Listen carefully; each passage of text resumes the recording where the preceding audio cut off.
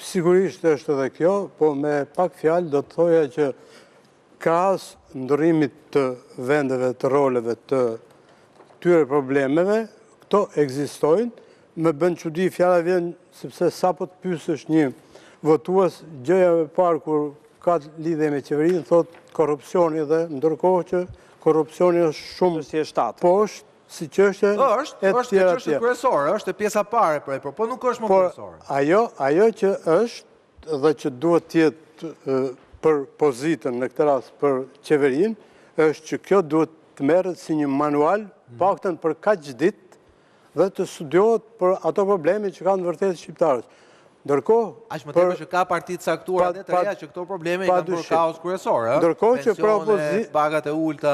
Opozita po dëgjoja Rrugës, programin e zotit Berisha në Kukës, dhe që gjatë gjithë kohës programi ishte Edi Rama është burri poshtë, është 2 metra i gjatë i pa fytyrë, pa shiti shqiptarëve armik i kombit, dhe të ndihmojmë nënat dhe gratë tona në biznese, 500 euro pensioni, 1200 euro rroga, kaq.